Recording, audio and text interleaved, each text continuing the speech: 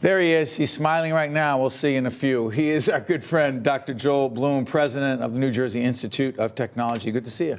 Good to see you, Steve. We should also make clear you are a trustee of the Caucus Educational Corporation. And something else, this is NJ Biz. If you don't look at NJ Biz, you should. Good information here. They put out a power list every year. Yep. You made it again. Yes. Several years now. Oh, yeah, people can figure that out. Yeah. And also ROI, which is another publication, Right. a return on information on that power list as well. Get that out of the way.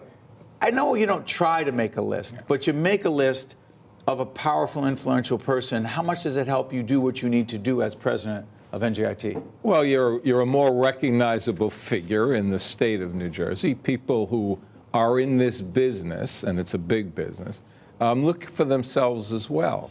So if they see a university on the move, which we are, they see a university that's growing, the university, you are more recognizable. Everyone likes to affiliate with success, and I think we are rather successful. So that's why it's important. The other thing I was picking up in this publication and others, and also check out NJ.com, you'll see this as well. July in 2018, there's going to be a voice summit, 3-day voice summit, Amazon Alexa hosting it. I know NJIT is involved. Talk about it, because I know you and Mayor Baraka were talking about it publicly on NJTV News. Check it out. So they were looking to host this conference. 3 cities were finalists, Las Vegas, Philadelphia, and Newark. We won the bid, and we won the bid in part because of that new building we built called the Wellness and Event Center. So, 4,500 people for conferencing, state-of-the-art facility, technical, great space. And everyone seems to be watching Newark these days. Why? Well, I think because, one, we've had significant corporate interest, mostly in the tech fields in Newark. 2, we have major assets in the city, from transportation to an airport to a port to good highways to a light rail.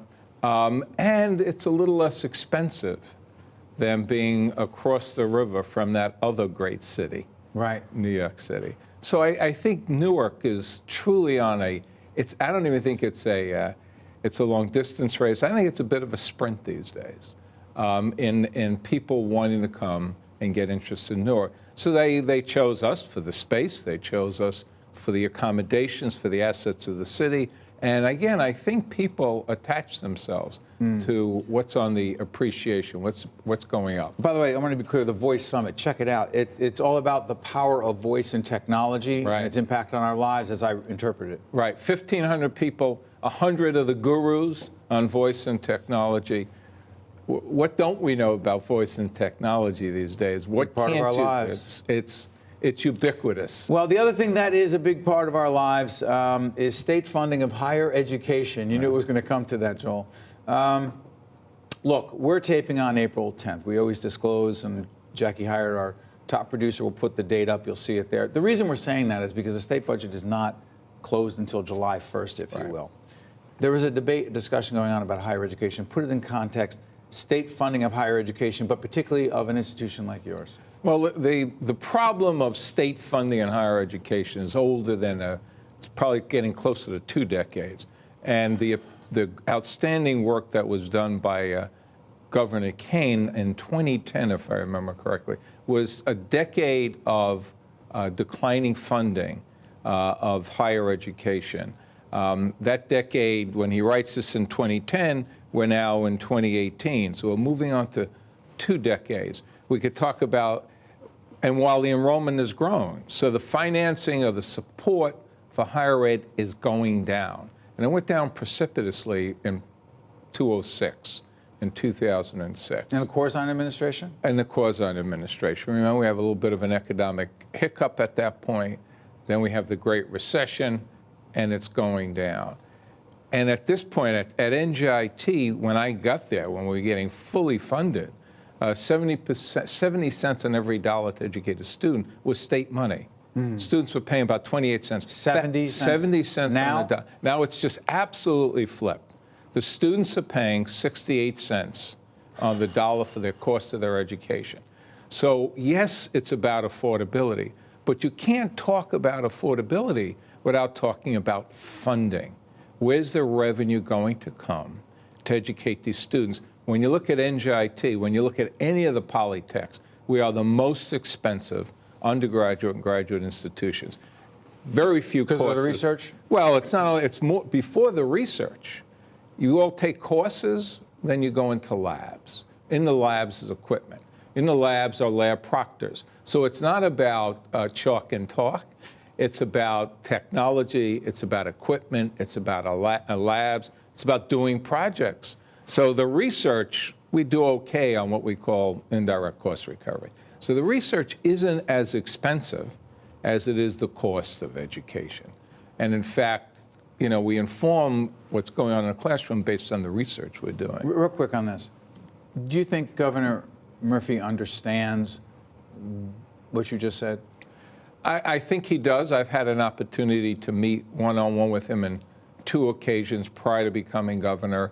He hosted an event for a lot of presidents at Drumthwacket. He heard it from all 20 plus who were there. He understands it, but you know what I know about the state of New Jersey.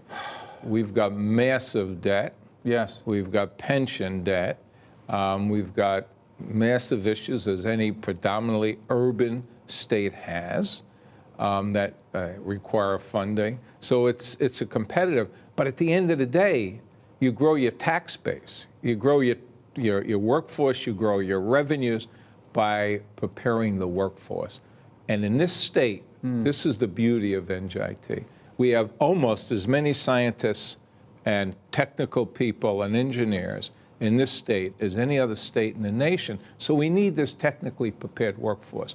We are not preparing enough people for the workforce in the state of New Jersey. One of the things that you told our producers, and you've said this publicly, is that the demand for technology and a smart workforce, we're not matched up. Right.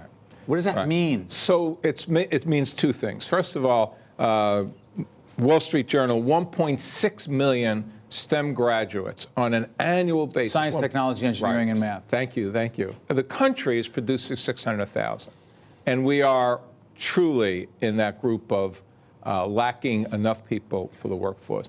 The second issue that's come up, which is really a very, very complex issue, is what does the future workforce look like? And notwithstanding, and I know the governor is putting money into voc ed schools and the county colleges, but when you look at things like advanced manufacturing or smart technology, you do need 4-year degrees too. It's interesting stuff. I tell you what, we're going to continue this conversation with Dr. Bloom. We actually do a shoot every August on campus at NJIT talking about innovation, technology, and what's happening. And I'm sure this discussion about the the Voice Summit, Amazon Alexa hosting it, will be part of it. Dr. Bloom, always good having you. Appreciate it. Thank you. State of Affairs with Steve Adubato is a production of the Caucus Educational Corporation, celebrating over 25 years of broadcast excellence. State of Affairs with Steve Adubato is brought to you from the Agnes Veris NJTV studio at 2 Gateway. Funding has been provided by the Turl Fund, the Nicholson Foundation, Valley National Bank, Horizon Blue Cross Blue Shield of New Jersey, Johnson & Johnson, United Airlines, Choose New Jersey, and by these public-spirited organizations, individuals, and associations committed to informing New Jersey citizens about the important issues facing the Garden State. And by Employers Association of New Jersey.